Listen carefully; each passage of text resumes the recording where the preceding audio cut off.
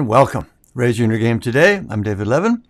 This is our Friday episode, so we will start with a quick check-in. How are you doing? How are things going since we last talked? I'll go first. They're good. It's been a pretty good week. Had some fun things happen. The only thing that's really bugging me is the cold. And it's been cold and it keeps getting cold. Woke up this morning, looked out the window, and the street had snow cover. Did not see that coming. There was sand had been scattered. The crews came through and did that. And I just don't like it. It visually really represents we're fully in winter now, and I'm just not ready for it. There's some question whether I need to shovel the walks, but I'm going to avoid that. I think it'll melt off in the next couple of days. I'm going to risk the slippery conditions. There's one thing that's been on my mind. It's not like a daily problem necessarily, but it has been on my mind lately. And it's kind of brought up current again, since the election. And specifically today, I saw an item on the trial of, Stuart Rhodes, maybe, the Oath Keepers guy. But it has to do with the idea of people making bad faith arguments. And I didn't really even understand that term so much, but I listened to another podcast I really like. A couple of them, actually. It's from Preet Bharara. He has Stay Tuned, I think, anyway, in a given week, Stay Tuned, and also Cafe Insider, which is all legal stuff. They've explained that a little better for me. But basically, you see it a lot in political and legal realms. And it's people are, making passionate arguments, right? They really are making a strong case, and they say it in a way that sounds like they're fully serious, of course, like what they're saying actually makes sense to them, that it's based on them wanting to, be clear about what the actual truth is and the best way forward. But the reality is it's not. They don't actually believe what they're saying. They don't hold the underlying worldview or ethical framework that it might be based on. They're just trying to get their way. They're intentionally lying and misleading to get their way. That really hurts me in a deep, profound kind of way. Classic example, I don't want to go too far into this, but the whole thing with Merrick Garland when he didn't get considered for Supreme Court seat. Mitch McConnell, made this big thing, stood up on the Senate floor, made this big case. We feel, and they called it the Biden doctrine, right? Which was they took out of context something Joe Biden has said years before to say, we're too close to an election. When you get this close to an election, you should not do something as consequential as bringing in a Supreme Court justice. We should let the people decide. Well, this was February when this happened. The election, of course, is in November. So it was, 6, 8 months, 9 months ahead of time. Nope, not enough time. So then a few years later, Trump's in power. Ruth Bader Ginsburg passes away with just like, I don't even remember what it was, but it was really just a couple of months before, way later, way much less time, where you actually could make the case. People with early voting during the pandemic, people really had started voting. You could make the case, maybe, that you shouldn't do it, but never mind, right? No, we got plenty of time. Amy Coney Barrett, they push her thing through, they rush it through. I think she was, I forget what the term is. Inaugurated is not the right term, but anyway, she was sworn in to her position on the court within like 2 weeks of the election day. So the whole thing, the whole case, the eloquent, substantial sort of case he was making was complete bullshit. He didn't mean a word of it. It was just something he thought he could say that would give some cover to what he really wanted to do. It really bothers me.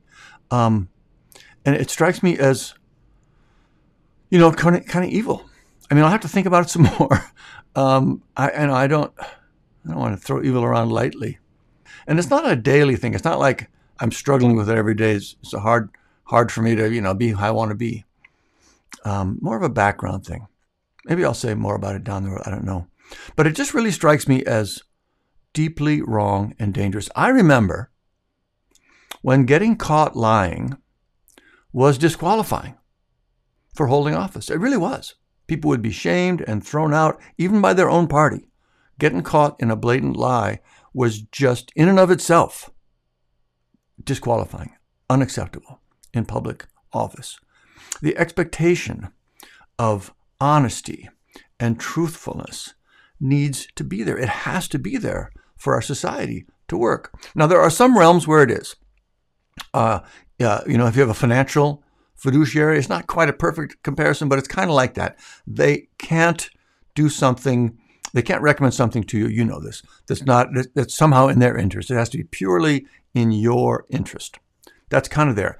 In court, officially, it is the case. You can't make just a complete bullshit argument in court as an attorney without getting sanctioned, I believe the similar thing in the military. If you're caught lying, it is, a serious offense with consequences. We need to get back there. The people in authority, positions of authority and honor, it has to be a fundamental requirement of the position. It just has to, in my opinion, of course. Without that, I don't know how it works. There's no way to have trust without that. And without trust, all cooperation breaks down. I mean, it just does, ultimately. If I don't trust you personally, if I don't trust that institution is, trying their best to tell me the truth about it, there's no cooperation. Nothing works, societally. And it sort of at another level, I just wonder, how do we even get here? How is it possible that people truly don't care if their leaders are honest? I don't understand it. I mean, I understand it. I understand tribalism. I understand how they get there intellectually. But I don't, at a bigger level, I just can't believe it, put it that way. So anyway, that's how I'm doing. I guess it depends on what I'm thinking about. This is a background thing. It only, gets me going when it's kind of right here, and I'm really trying to hold it and trying to get my head around it. But it is a thing on my mind. I think it's worth talking about and keeping to talk about. It's how can we get back to the point where in positions of authority and power, it's just expected. And if you're not telling the truth, I don't mean like the whole truth. There's always shading. But if you're intentionally lying, you're out. I mean, I don't think it works any other way. All right, so that's part of the check-in. The next part of the check-in is, how are the kids? If you and I met, and we both have children, we'd say, how you doing? How are the kids? So for me, kids are great. I mean, it's a bit of a tough year, or a demanding year. Francis is 8th grade, Peter's in 12th grade. And in their schools, there's a lot of load in those years, those transitional years. Don't know the details really, but the big thing for Peter is, college hunt. And it's the first time for us. So I'm just really kind of surprised how much work it is. I mean, Margaret and I have a lot of time to devote to helping him do this work of, checking them out and applications and the forms. And I mean, it's just a lot. I can imagine a lot of kids, it's really, really hard to do a full job that sets them up well for their best options and choices. Anyway, just separate from that, they're doing pretty great. They have a good instinct for not overcommitting. I mean, it's super common at this age, especially at the 8th grade age, girl, to overcommit too many things. And Frances does a lot of things, but we talk, and she's insightful enough and self-aware enough to see that there needs to be some sort of limit for her to have some space between things, some time for herself, stuff like that. So, yeah, they're doing great. Thanks for asking. All right, next up, raise your outer game.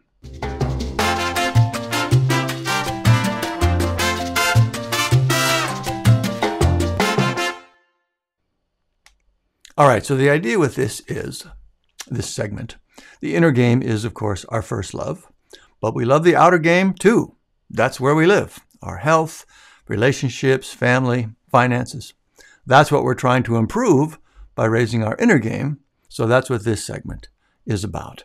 So this week, our focus is on family and parenting, and specifically parenting teenagers. We have two now, as I mentioned, 14 and 18. And it's been really interesting and honestly wonderful to see the expectation that it's just going to be a crazy time, right? Just a really troubled, difficult time. It's just not true, or at least it doesn't have to be true, because it hasn't been true in our case. Now, there have been some adjustments, of course, on all of our parts. It did take a little while to get into a good teen rhythm and balance. And it's still hard in some ways, but not in the ways you hear about. Our kids don't hate us. They're not rebelling. We're not fighting with them. It just couldn't be further from that. We are truly connected and involved in each other's lives. We like and enjoy each other. We do things together. We communicate well. I can hardly imagine it being any better. And I'm just really enjoying this phase of our lives. Who knew, right? There's all that dread coming in. Oh no, they're going to be teens soon. It's great. It's really great. So the question is, what's going on? And of course, I'm no kind of parenting expert, right? It is true. I spent the last 8 or more years working closely with someone I consider to be the ultimate parenting expert, John Payne from Simplicity Parenting. But that doesn't make me anything other than someone who has benefited from his material and has 2 teenagers and a wonderful life. So this is no kind of expert opinion. But I do still feel like there are some things to talk about, to offer. If only to say it doesn't have to be trouble, because it hasn't been for us. So again, why not? I suppose it probably starts with them being good kids. Just something in their wiring. I can honestly say, for example, that our son, who's actually a very sensitive and emotional kid, he really is, he threw a total of 1 tantrum in his entire young life. 1. He was a toddler. And his sister has never thrown one. So that might just be the whole story. When I hear other parents sometimes talk about the things their kids do and the kind of things they're dealing with, I think, oh my goodness, I've never seen any of that. So we might just be lucky, in which case, I'm sorry, that's not very helpful. But there are a couple of things that also come to mind. I remember this so clearly. One thing, when Peter was a little guy, I've always worked at home. And when he was little, I spent a lot of time with him during the day. And there was a period where now and then we would get into a space where we were kind of at odds with each other, kind of butting heads. Like I'd be going one way, he'd go the other. It wasn't like, shouting or anything like that. We just seemed to be out of sync and sort of annoying each other. But over time, I noticed that if I would initiate some sort of physical contact, like specifically wrestling or something like that, getting in there with him, it would totally reset things, totally reset the dynamic, the energy, the relationship. He needed that physical contact to get back where things felt okay. And it was almost like magic. It really was. So I guess the point here is that there's always been an intuition on our part to be in connection with them and an impulse to put things in sync if they're feeling out. Watching for how things are feeling between us and trying to find a way to get us back in sync. And I have to think that has made a difference for us. Again, very subjective, but it feels like that. The other top of mind thing for me came from John Payne, and his second book, The Soul of Discipline. The basic idea with that book is that kids respond to a different kind of authority and guidance at different developmental stages. And so as parents, we need to change and adjust our natural style to be in sync with where they are at the time and what they need. I think this made a huge difference for me and our kids. I do this all the time. I have something I want to say to Peter, right? Something I'm worried about, something I'm unhappy about. And my first thoughts are to say it in one way, my natural, directing, sort of analytical way. I hear all the thoughts and arguments in that form first, like I'm ready to say them. But I stop myself. I reframe it into the way Kim suggests works better with teens, which is more of a guide, an advisor kind of frame. And it really does work. It really does. And it doesn't mean there's no disagreement. I'm not saying that. Of course, there's still disagreement. But there's a conversation, and he hears me and I hear him, and the relationship remains strong even when we're, disagreeing and kind of working through things. The relationship always stays strong. That's about as good as it gets. And again, maybe he's just a good kid, but I don't think that's all of it. Because again, I have the initial thoughts, right, of what I want to say, and I can compare, as a writer, those thoughts with how they come out after I reframe them, right? So I can feel the difference in them, and I can see how well the reframed ones land, and I can imagine how the original version would not have landed, would have created more conflict. So I'm just really very convinced it is making a huge and wonderful difference.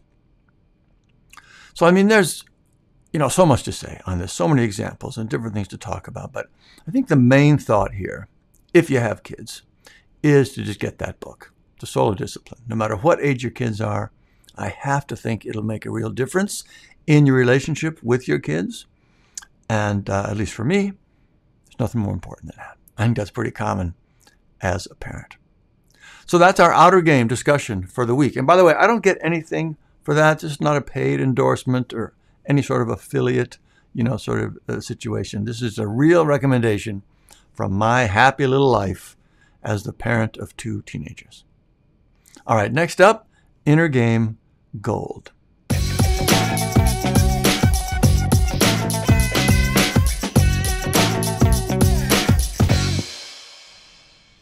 All right, so these are the ideas and concepts and reminders I come back to over and over to help me stay focused and on track. And I imagine they'll do the same for you. So the one I want to talk about today is Memento Mori. Memento Mori. You might have heard of this. It feels like it's sort of in vogue lately. And the translation of this is, remember that you die. Which sounds sort of morbid, but it's really not. In fact, it's actually the opposite, which is the idea. The more you keep in mind the reality that this really could be our last day, the more it makes you sort of naturally want to live this day more fully. So the intent of this, the reality of this for me, is that it's all about being more fully alive. And it really does help me with that. I've really been surprised how much it helps me with that. So here's what happens. The way I think about this is, usually when I'm struggling in some way, small or large, I think if today was my last day, if something happened to me tomorrow, and this was the last memory people had of me, this way I'm being right now, is this how I'd want them to remember me? That's how that is framed for my mind. If this was my last day, is how I'm being right now, how I'd want to be remembered. And here's the thing about that. The answer is literally always no. There's always a higher level I could go to and be at that I'm not currently in.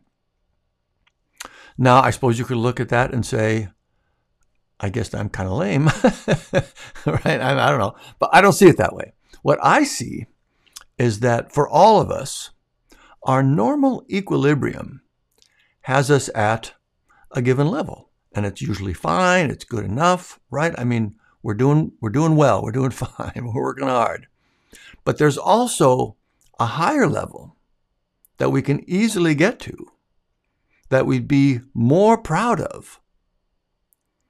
But, and here's the key, we only get there through intention and effort. It's not our natural state or equilibrium. Now, it doesn't take a lot of effort. The moment I ask myself this question, I pop right up into it, right? But until I ask myself that question, until I intentionally put my attention on it, I won't be at that level. That's the big insight for me, beyond just the help of asking the question itself. For me to consistently be the kind of person I want to be, the person I'd be proud of, the person I know I can be, I need to be intentional about it from one moment to the next. Even knowing what needs to be done, right? And having done a lot of the work already. The ultimate key is still consistent attention. That's the big lesson. And I believe it's not just me, right? But this is actually an accurate observation about the human condition, which is probably why the statement is so popular right now and why it's so helpful for a lot of people. But that's my take on it. It just blows me away that, again, I don't mean to sound self-aggrandizing, but, I wrote the book on this, and I think about this stuff all the time. I work on it every day. And even with all that, every time I ask myself that question, I'm like, no, I'm not. This is not the way I want to be. It always helps me come to a better place, an actual, genuinely helpful, better place. Small ways, big ways. It's really powerful, really beautiful. So anyway, that's why I love this concept so much. Memento Mori. It helps me on its face. It also reminds me of the need to stay engaged with raising my inner game. Raising your inner game is not about going from one static baseline level to a higher one. Like you do it and you get there and that's all you need to do. It's about needing to do that every day to raise it from its normal default state to where it goes when you're intentional about it. I hope that makes sense because it's a pretty big observation and it's super helpful. At least it has been for me. I expect it would be for you. All right. Anyway, that's it for that segment. Next up, your questions.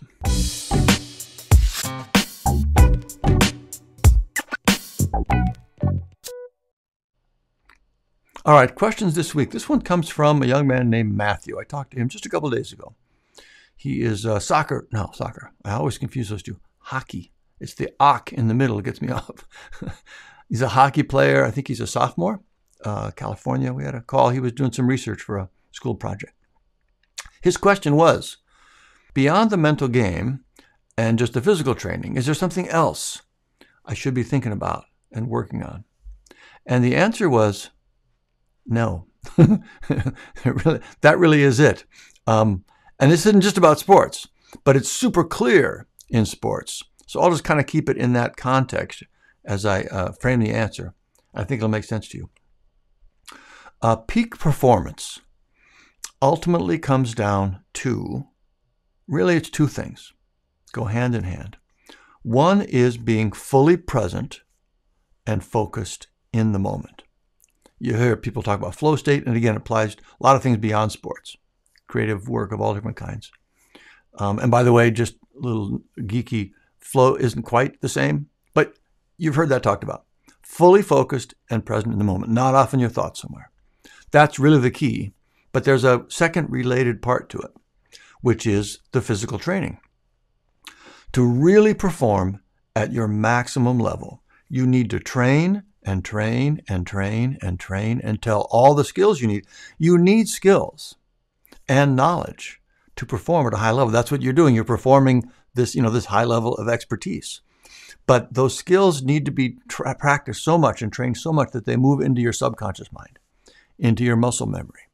And then once you've got that level of training, now the key is to get your thoughts clear, set those distractions aside, and be fully focused and present so your training can come out. A lot of people think it's all the training and they're great in practice and they get into competition and they're not great because they're getting distracted by all these different things that happen in their mental game. There's another camp where, well, if I can just really perfect my mental game, I'm going to be great. The problem is they haven't done the training, right? Their body, they don't have the actual physical skills and knowledge to perform at that high level. It's got to be both. Again, it's super clear in sports, but I think if you drill down into whatever your work is and just think about it, what do I actually need to be working on to get where I want to go? It's really just these two things. On the one hand, getting the skills. If you literally don't know, like I mentioned that book from Kim, right? If you don't know about how to more effectively communicate with teenagers and guide them, well, you need to learn that, right? So you get the material, you practice, you learn the things.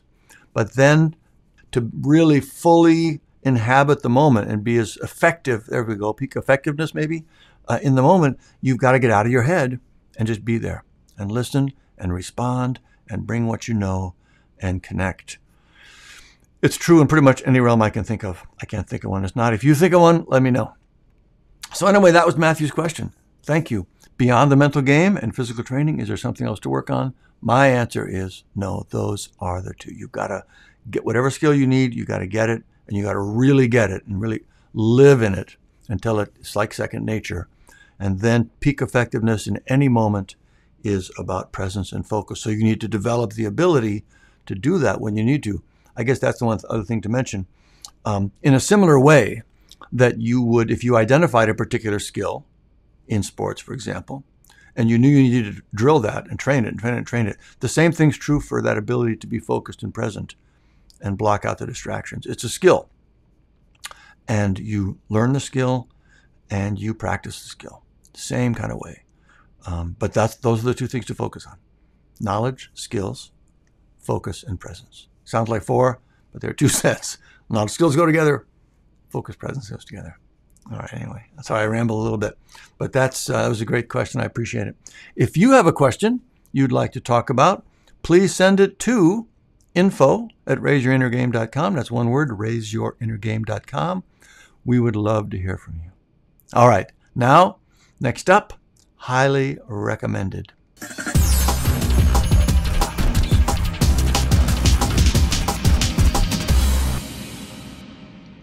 All right, so this is just things I'm crazy about right now. Books, shows, gadgets, things I love and highly recommend and think you may very well enjoy. Now, this one, you don't know because taste in things like movies and books and gadgets is extremely subjective. So what'll probably happen is maybe you'll check out a couple things that I mentioned and maybe you'll love them and you'll go, oh yeah, his suggestions might be helpful for me in the future.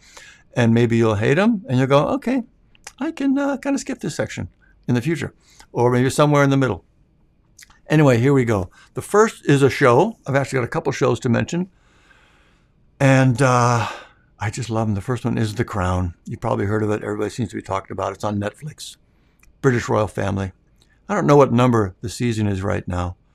But it's it's in the 80s. This season is Princess Di and Charles and that relationship coming apart. And I don't know why I love it. I just don't. I started at the beginning. I was just totally blown away by the first season. I just loved the Queen so much. Just thinking about the reality.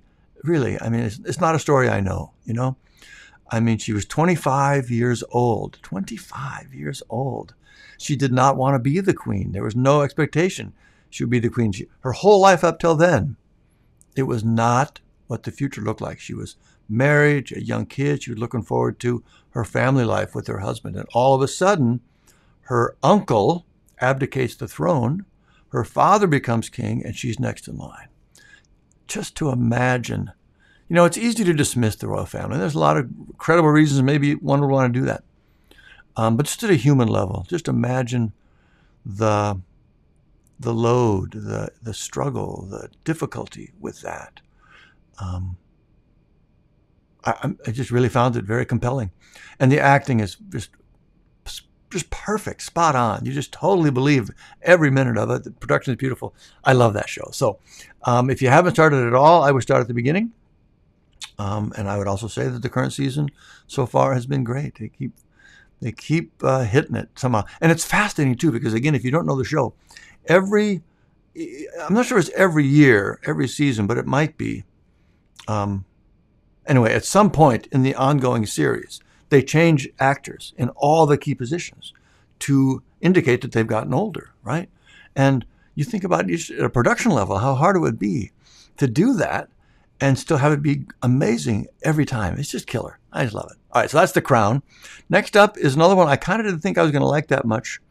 It's Andor. It's on the Disney Plus channel under their Star Wars thing. It's a new Star Wars series. And,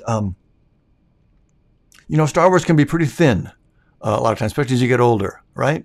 They were originally intended as, for young kids, really. And you can kind of feel that in a lot of them. But this one is sort of the precursor to what I really think is the best Star Wars movie, all of them. What was it called? I can't think of the name of it right now.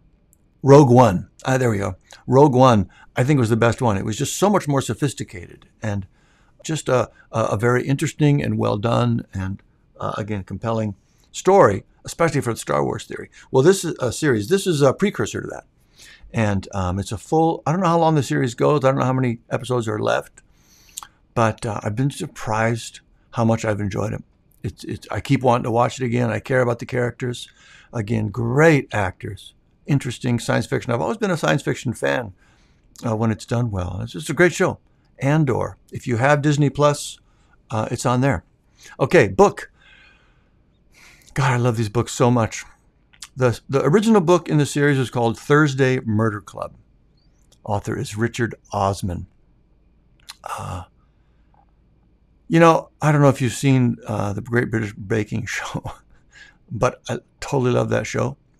And a big part of the reason I love that show is exactly the reason you're going to love this book. It's set in England. It's a bunch of senior citizens in a, it's not a, I guess it is sort of a home. It's a senior living complex. And, but it's also a murder mystery. But it's in this sort of light, relatively playful, incredibly just humanistic and lovely, again, that British baking show kind of vibe way. It's clever and fresh, and the characters are fantastic. It's beautifully written. It's funny, a little tense. It's just a great book. So that's the first one. I think I just finished the third one. I forget what the name of it was. But if you search on Thursday Murder Club series, Richard Osman, you'll find that. I'll probably put a link in the show notes too. So I loved the third book, maybe more. I don't totally remember how much I love the first two. My impression right now is the third one was the best. But I don't want you to go to the third one because I sort of feel like the reason I loved it so much is because I already know the characters so well. So if you're going to read it, if you like mysteries at all, and I do, I would go to the first one, Thursday Murder Club. It's fantastic. The last one, my recommendations this week, I don't know, I feel a little embarrassed about this. I guess the embarrassing thing is that I love them so much, and they are shoes, that I would be so excited to talk to you about a pair of shoes. But here it is.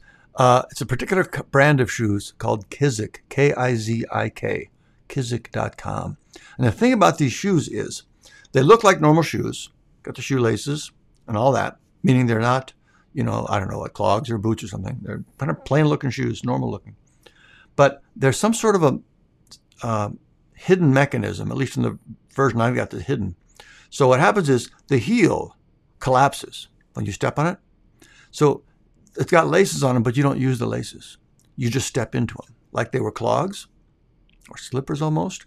And I wear clogs around the house because I like the convenience of it. I like to be able to just slip them on and slip them out. I mean, I don't like having to mess with putting my shoes on and tying them. It's a little thing, but if you don't have to do it, I'd rather not. So I wear clogs around the house. But when I go outside, I go on an errand or something, they tend to not be, you know, quite stable enough. You can slip out of them, especially doing anything in the yard or something. You can just, you know, they're not so great. So these are the best of both worlds. I wear my clogs in the house. When it's time to go out for an errand, I slip them off. I slip the Kiziks on, and they're perfectly snug. They fit exactly like you had put a regular pair of shoes on and tied them, but you didn't have to. It's the most fantastic thing. So, you know, that could really just be me. Maybe you don't care about things like that. Maybe it doesn't bother you to tie your shoes, but I recommend you check them out because they are fantastic. All right. So again, I want to say all these recommendations are not affiliated. There's not any, I'm not trying to have you click a link. I can make 50 cents on them or something, right? They're just things I love, and I think you might also love them. And when we're talking about uplifting our lives, filling them with things we love helps, right? I don't mean filling them like in a consumerism way. You know what I mean? A great movie, a great show, a great book, life-affirming things that you just go, oh, you're just, I don't want to say moved like emotional, but it shows the best of, or a best part of humanity. People are doing great, beautiful, wonderful work, and you're just so impressed, and you're so affected by it, and you're so uplifted by it. That's great stuff. And if you can bring some of those into your life, you can find those now and then. It's great. So that's why I even think to share some of these with you. All right. So again, links to these, check the show notes in the community. The community's free. I'll have the show notes there. They'll probably also be in the YouTube page. Still kind of working that out. But if you want to go into the community, and I recommend you do, to sign up for the starter kit at raiseyourinnergame.com. You'll find everything in there. All right. That's it for today's episode. If you like what you heard, please tell your friends and rate and review on Apple Podcasts. Every positive review helps more people discover the show. Also, join us in the Charging Station community for even more inner game boosting goodness. Links are at raiseyourinnergame.com. And finally, we'll close with Steve Prefontaine and his quote from the end of the book. To give anything less than your best is to sacrifice your gift. That's what we're doing, folks. We're working to be our best. It is the gift that keeps on giving, and the world needs as much of it as it can get. So keep up the good work, and we'll see you next time.